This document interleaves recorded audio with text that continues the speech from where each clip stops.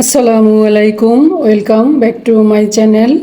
সম্মানিত ভিউয়ার্স, আমি আজ তৈরি করব একটু অন্যরকম আমের আচার। আমার এই আচারটা হবে আম নারিকেলি আচার। মানে আমি আচারটার মধ্যে নারিকেল ব্যবহার করব আর চিনি ব্যবহার করব। এটা তৈরি করতে বেশি কিছু লাগে না, বেশি কিছু উপকরণের দরকার নেই। লাগবে বেশ খানিকটা নারিকেল, যেহেতু নারিকেলি আচার বেশ খানিকটা নারিকেল ব্যবহার করব আমি আচারটার মধ্যে। আর দিব স্বাদ মতো লবণ। লাগবে আমার আইসিং সুগার, আমার আরও একটু আইসিং সুগার লাগবে, আমি করে নিব। চিনিটা আমি ব্লেন্ডার দিয়ে এই আইসিং সুগারটা তৈরি করে নিচ্ছি। আর একটু তৈরি করব, লাগবে আর একটু। আর লাগবে একটু অর্গানিক ফুড কালার। চলুন তাহলে শুরু করি। প্রথমেই আমি আমটাকে একটু লবণ মেখে রেখে দিব রেস্টে। আমি আমটা ধুয়ে ছুলে চিকন চিকন করে লম্বা করে কেটে নিচ্ছি। এখন আমি লবণটা মাখিয়ে নিলাম। এখন আমি রেখে দিব রেস্টে। এখন আমি আমটাকে রেস্টে রেখে দিব। এই আমটা রেস্টে রেখে দিলে এটা টক পানিটা বের হয়ে আসবে, পরে আমি টক পানিটা ছেঁকে নিব। এই নেটের কাপড়টার মধ্যে নিয়ে পানিটা ভালো করে জড়িয়ে নিব, টক পানিটা।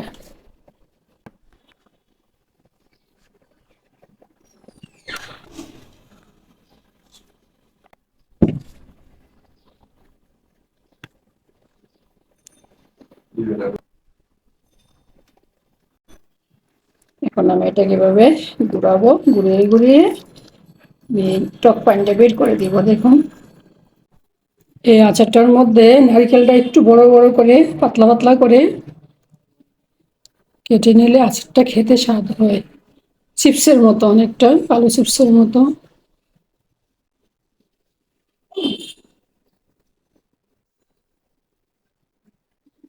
আমি আমের টক পানিটা চিপে ফেলে দিচ্ছি। এখন আমি এটার মধ্যে আইসিং সুগার মেশাবো। আমি আইসিং সুগারটা দিয়ে দিব।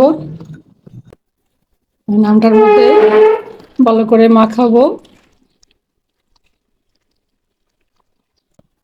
আমি এখানে আরও 1 কাপ আইসিং সুগার ব্যবহার করব।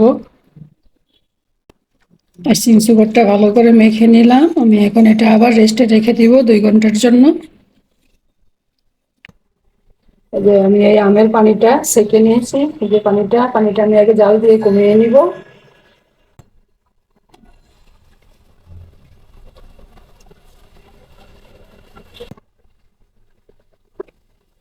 চিনিটা দিয়ে দিব।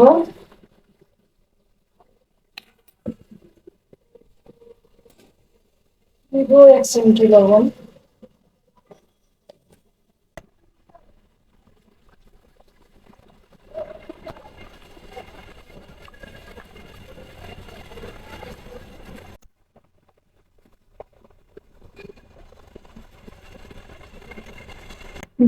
আমার চিনিটা,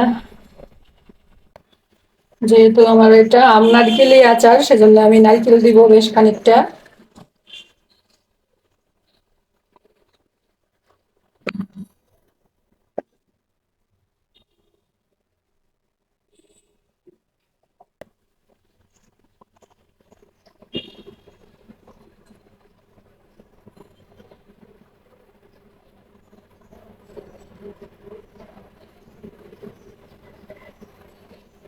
একটার পরিমাণ আঠা হচ্ছে এটা।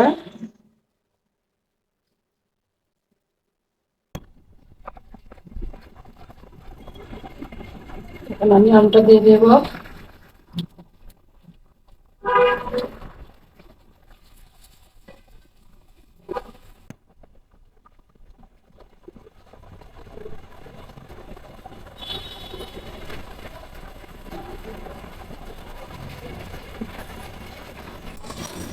দেখার সৌন্দর্যের জন্য আমি কিছু কালারফুল আম দিব।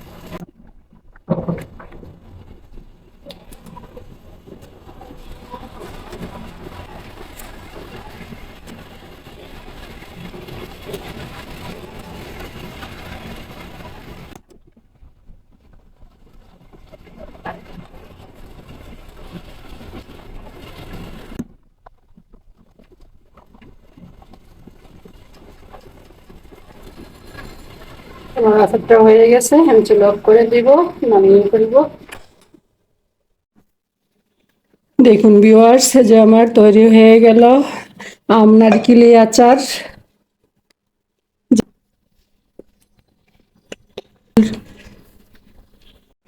যেহেতু এটা আম নারকেলি আচার, সেজন্য আমি একটু নারিকেল চিড়া দিয়ে সাজিয়েছি। আমার কাছে নারিকেল চিড়া ছিল, সেজন্য আমি এটা দিয়ে সাজালাম। আমার আজকের ভিডিওটি যদি আপনাদের ভালো লাগে তাহলে প্লিজ একটা লাইক দিবেন, কমেন্ট করবেন, আপনাদের ফ্রেন্ডস অ্যান্ড ফ্যামিলির সাথে শেয়ার করবেন। আর যদি চান তাহলে আমার চ্যানেলটাকে সাবস্ক্রাইব করে রাখতে পারেন। আজ তাহলে এ পর্যন্তই। আল্লাহ পাক আমাদের সবাইকে সুস্থ রাখুন, ভালো রাখুন, আমিন। আল্লাহ হাফিজ।